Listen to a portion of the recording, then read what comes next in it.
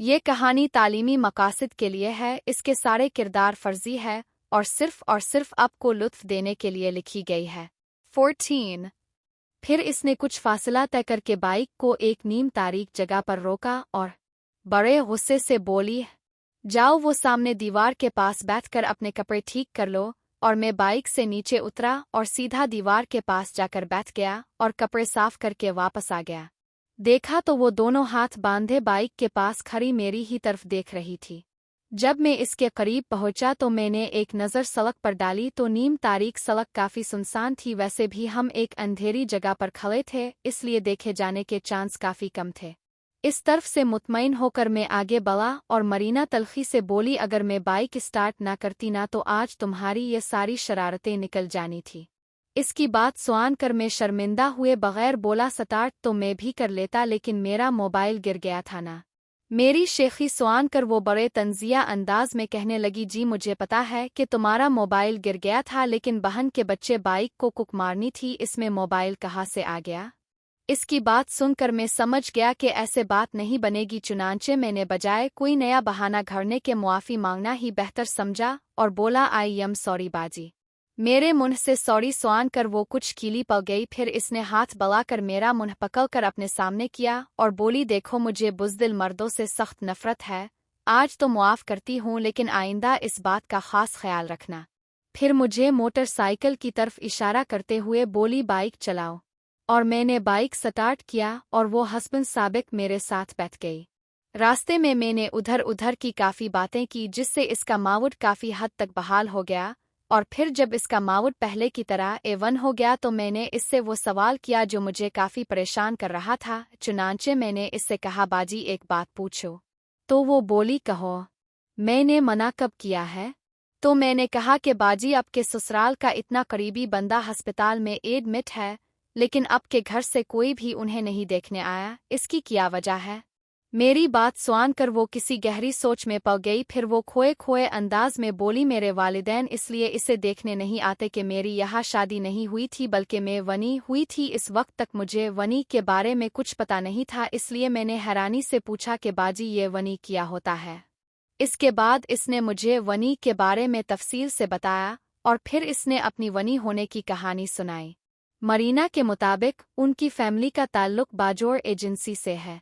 इसके दादा बेरोजगारी के हाथों तंग आकर बाजोर से कराची आए थे कि इस जमाने में कराची ही एक ऐसी जगह थी कि जहां लोग काम की तलाश में आया करते थे, लेकिन बदकिस्मती से उनके दादा का कराची जैसे शहर में भी काम ना बना। चुनांचे इसके बाद वो वहां से हैदराबाद आ गए। यहाँ उनको अपने गांव के किसी दोस्त ने लकड़ियों के ताल पर जाब दिला दी और यूं इनका काम चला निकला।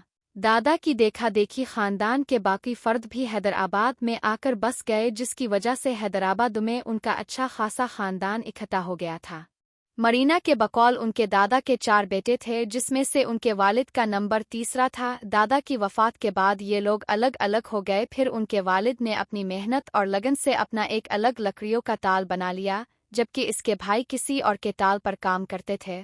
ताल के साथ साथ इसके वालिद ने कुछ दूसरे काम धंधे भी शुरू कर दिए, जिसकी वजह से ये लोग काफ़ी खुशहाल हो गए। और इसके साथ ही उनके अब्बा ने अपनी बच्चियों को हैदराबाद के अच्छे स्कूलों में दाखिल करा दिया। उनके दूसरे भाई तरक्की की इस दौर में उनसे खासे पीछे रह गए थे। चुनांचे वो इसके अब्बा की खुशहाली को देखकर उनसे काफ़ी हसद करने लगे थे। मरीना के मुताबिक इसके वालिद एक लकी आदमी थे और उनमें कारोबारी सूझबूझ इंतहा की थी। यही वजह थी उनका काम दिन दुगनी और रात चौगनी तरक्की कर रहा था। मरीना अपने घर में वालिदैन की सबसे बड़ी लड़की थी, जिसकी वजह से इसके वालिद इससे बेइंतहा प्यार करते थे। मरीना के बकौल वो भी अपने वालिद से बहुत प्यार करती थी। फिर इसने ये भी बतलाया कि जहाँ इसके वालिद में कारोबारी सूझबूझ इंतहा की थी, वहाँ उनमें एक बहुत बड़ी कमज़ोरी भी थी, और वो कमज़ोरी ये थी कि वो गुस्से के बड़े ही तेज़ थे और उनमें बर्दाश्त का मादा बिल्कुल भी ना था। किस्सा मुख्तसर, एक दिन टाल पर इसके वालिद का इसके चचा के साले के साथ किसी बात पर सख्त झगड़ा हो गया और ये झगड़ा इतना बड़ा कि इसके वालिद ने गुस्से में आकर इसको ईंट दे मारी, जिसकी वजह से वो मौका पर ही हलाक हो गया। अब इसके चचा ने इसके वालिद के खिलाफ 302 का मुकदमा दर्ज करवा दिया और जिसके मुद्दई वो खुद बने। पुलिस इसके वालिद को गिरफ्तार करके ले गई और इसके साथ ही मरीना के बकौल उन लोगों पर गमों के पहाड़ टूट पड़े। बरादरी जो पहले ही उन लोगों की तरक्की की वजह से जेलस थी, इस कत्ल के बाद और भी उनकी मुखालिफ हो गई और सूरत-ए-हाल ये हो गई कि सारी बरादरी एक तरफ थी और मरीना के घरवाले एक तरफ। इस पर मजीद सितम ये हुआ कि वालिद की नरीना औलाद न थी बल्कि सारी बेटी ही बेटी थी, और जो नरीना औलाद थी भी अरसला, वो अभी चंद ही माँ का था। चनाचा ऐसे में अगर किसी ने उनकी कोई हेल्प की और वो भी चोरी छपी तो वो फरीद था, इसके चचा का बड़ा बेटा। फरीद और मरीना एक दूसरे को पसंद करते थे और बात काफ़ी आगे तक गई हुई थी, लेकिन फरीद की उम्मी और वालिद चूंकि उन लोगों के सख्त खिलाफ थे, इसलिए ये दोनों किसी मुनासिब मौका की तलाश में थे। कत्ल के केस में जब इसके वालिद अंदर हुए तो ऐसे में कोई भी उनकी मदद को तैयार न हुआ।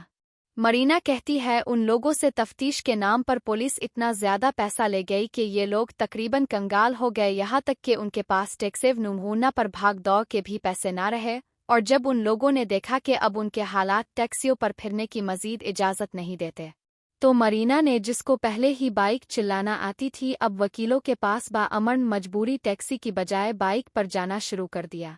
मरीना के बकौल ये दौर उनके लिए बहुत ही मुश्किल दौर था। सारी बरादरी उनसे नाता तोड़ गई थी, ऐसे में एक फरीद ही उनके काम आया। वो किसी तरह उनको बता देता था कि अब लोग फुला वकील के पास पहुंचो, मैं बाद में आता हूँ। तो जब ये लोग वहां पहुंचते थे तो फरीद पहले से ही वहां मौजूद होता था, जिसकी वजह से बकौल मरीना इसकी इज्जत बहुत दफ़ा सिर्फ फरीद की वजह से बची थी, क्योंकि वो जिस भी वकील के पास जाते तो इसकी सबसे पहले निगाह इसकी जवानी पर जाती थी और हर कोई इसकी जवानी को ही देखता था। किस्सा मुख्तसर, जब सेशन कोर्ट से उनके वालिद की जमानत खारिज हो गई तो उन लोगों ने हाई कोर्ट जाने की ठानी। फरीद का एक क्लास फेलो था जिसका वालिद हैदराबाद का मशहूर वकील था और जो सिर्फ हाई कोर्ट के केस लेता था। फरीद ने मिन्नत समाजत करके उनके वालिद से टाइम लिया और मरीना और इसकी उम्मी वक्तन मुकर्ररा पर वकील साहिब के ऑफिस पहुंच गई और उन्हें वालिद के कत्ल केस की फाइल दे दी। उन्होंने सारी फाइल पढ़ने के बाद मरीना और इसकी वालिदा को बताया कि उन लोगों ने अब का केस इतना पक्का बनाया हुआ है कि अब के वालिद की हाई कोर्ट से भी जमानत होना बहुत मुश्किल है, और उनके पूछने पर मजीद बताया कि उनके ख्याल में इस केस में उनके वालिद का बचना बहुत मुश्किल है, उनको सजाए मौत भी हो सकती है। मरीना कहती है, वकील साहिब के मुंह से सजाए मौत का सुआन कर दोनों माँ बेटी के पाँव तले से ज़मीन निकल गई थी और वो दोनों खुद पर काबू ना रख सके और वही रोने लग गई। तभी फरीद ने वकील साहिब से पूछा कि अंकल, कोई और तरीका है जिससे उनके वालिद की जान बख्शी हो सके? तो उन्होंने कहा, हाँ एक है, अगर अब कर सको तो। वकील साहिब की बात से हमारी कुछ धारस बंधी और हम दोनों माँ बेटी ने रोना धोना छोड़कर उनसे पूछा कि वो क्या तरीका है, तो इसने बताया कि वो है किसास। अगर आप लोग मकतूल के ख़ानदान को खून बहा अदा कर दे तो आपके बंदे की जान बख्शी हो सकती है, वरना दूसरी सूरत में आपका बंदा फांसी पर भी लटक सकता है। फांसी का नाम सुन कर हम दोनों की जान निकल गई। जैसा कि मैंने पहले भी बताया था कि मुझे अपने वालिद से बहुत मोहब्बत है, इसलिए मैंने तहैया कर लिया था कि मैं हर सूरत अपने वालिद की जान बचाऊंगी। चुनांचे हमने अपील का फैसला मुअख्खर कर दिया। वैसे भी दीजी अबू को जेल में गए हुए 7-8 माह तो हो ही चुके थे और मेरा ख्याल था कि चाचा लोगों का गुस्सा अब काफ़ी हद तक ठंडा हो चुका होगा। ये सोच को हमने साले के लिए भाग दौड़ शुरू कर दी। मरीना कहती है कि फैसला करने के बाद वो सबसे पहले अपने वालिद के पास गए और उनसे वकील साहिब से मुलाकात और उनकी राय से आगाह किया। सारा माजरा सुनने के बाद जाहिर है दीजी काफ़ी परेशान हुए, लेकिन इसके बावजूद भी वो सल के लिए किसी तौर भी राज़ी ना हो रहे थे। लेकिन जब उम्मी ने उनको अपनी छोटी छोटी बच्चियों का वास्ता दिया और बतलाया कि उनके अंदर होने के साथ ही टाल पर उनके मुलाजिमों ने उनको बहुत ही कम पैसे दिए हैं और ज़्यादातर मुलाजिम चचा के साथ मिल गए हैं, और फिर उम्मी ने इसके साथ ही उनको जिस ब्लैकमेल भी किया, तो दीजी ये सारी सूरतें हाल जानकर साले के लिए राज़ी हो गए। अब्बा की तरफ से मुतमईन होने के बाद हम लोग दादा के छोटे भाई जो अभी जिंदा थे के पास गए और उनको सारी बात सुनाकर मदद की दरख्वास्त की। अंदर से तो वो भी चचा लोगों के हक में थे, लेकिन शुक्र है कि उन्हें हमारी दर्द भरी दास्तान सुनकर हम पर रहम आ गया और उन्होंने हमें अपनी मदद का यकीन दिला दिया और कुछ दिन बाद आने का कहा। इसके बाद उन्होंने चचा और इसके सालों के साथ सल के लिए कोशिशें करना शुरू कर दी। इस बात के 10-15 दिनों के बाद एक दिन छोटे दादा हमारे घर आए और बताया कि वो लोग सल के लिए तैयार है, लेकिन इसके साथ वो सल के लिए 3 शर्तें पेश कर रहे हैं, और वो तीनों शर्तें खासी जिल्लत आमेज थी जिन्हें सुनकर मेरा तो खून खौल अलिफाटे।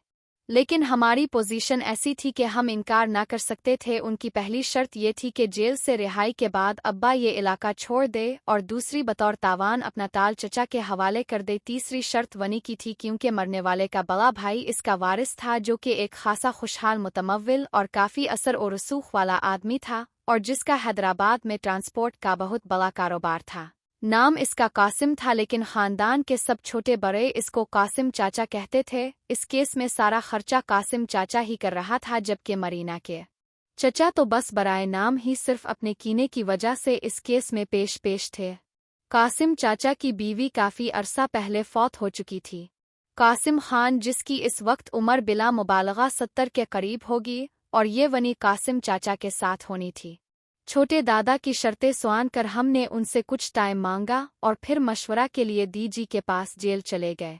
पहली 2 शर्तों पर तो उन्होंने कोई ख़ास रेस्पॉन्स ना दिया, लेकिन जब उनको बताया गया कि मेरी वनी कासिम चाचा के साथ होनी है, तो वो तलब अलिफाट है और बोले। उन बेगैरतों को इतनी भी शर्म नहीं आई कि कासिम खान तो मुझसे भी 10-15 साल बड़ा है और मेरी बेटी इसकी पोती के बराबर है।